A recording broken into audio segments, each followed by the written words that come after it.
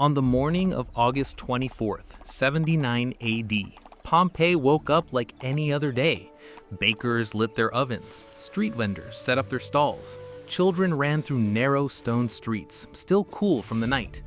The city of 20,000 people had no idea it was living its last morning, and neither did the mountain watching over them from the north. Pompeii sat at the foot of Mount Vesuvius, a volcano that hadn't erupted in over 1,800 years. To the people who lived there, it wasn't a threat, it was a backdrop. Its slopes were covered in vineyards and farms. The soil was incredibly fertile, enriched by centuries of volcanic ash. Vesuvius fed the city. Nobody feared it. But the warning signs had been there for years.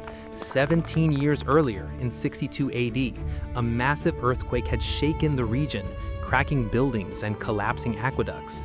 Smaller tremors followed regularly. In the weeks before August 24th, the tremors had been getting worse. Springs and wells had dried up mysteriously. Animals behaved strangely.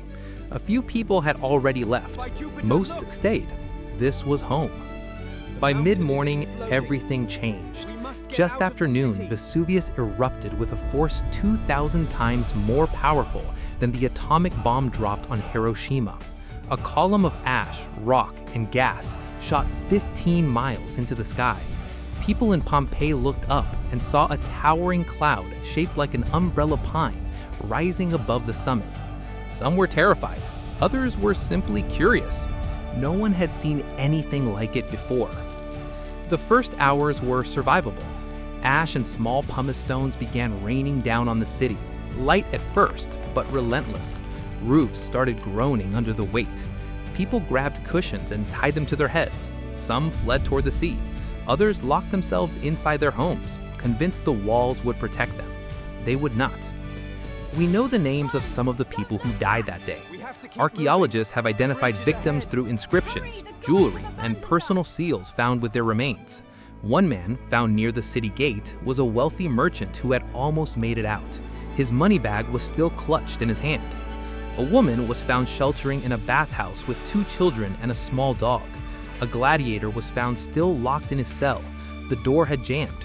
They were real people, not figures from a textbook, and their last hours are preserved in extraordinary detail. As afternoon turned to evening, the ashfall grew heavier. Buildings began collapsing.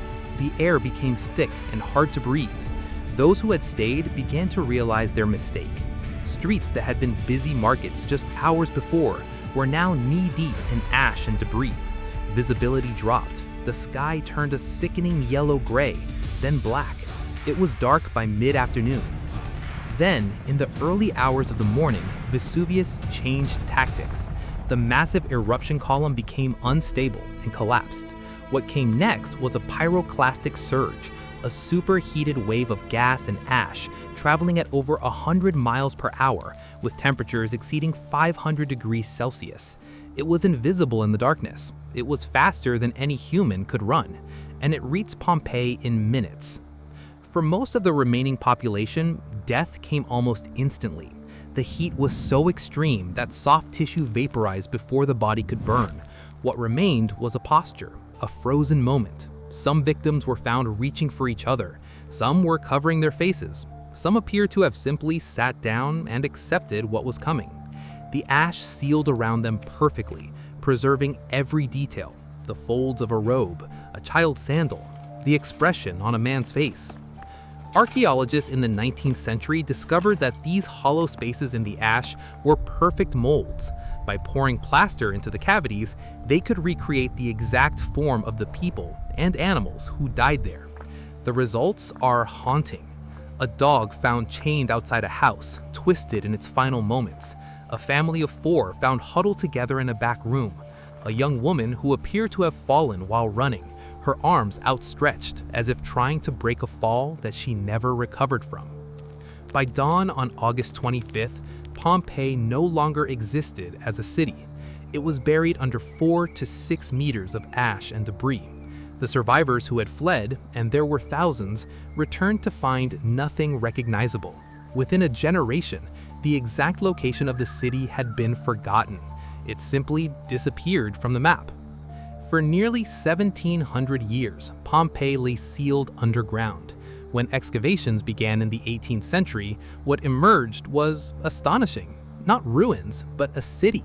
Bakeries with carbonized bread still in the ovens, political campaign posters painted on walls, a fast food counter with serving holes still intact, a man's shopping list scratched onto a wax tablet, the graffiti of ordinary people, jokes, insults, declarations of love, still legible on the walls.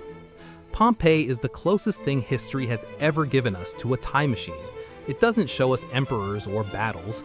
It shows us a Tuesday morning. It shows us what people ate for breakfast, what they argued about, what they loved, what they feared. And then it shows us what happens when the Earth decides it has other plans. The mountain is still there. Vesuvius last erupted in 1944. Scientists today consider it one of the most dangerous volcanoes in the world, with 3 million people living within its blast range. The warning signs are still being watched. The question isn't whether it will erupt again.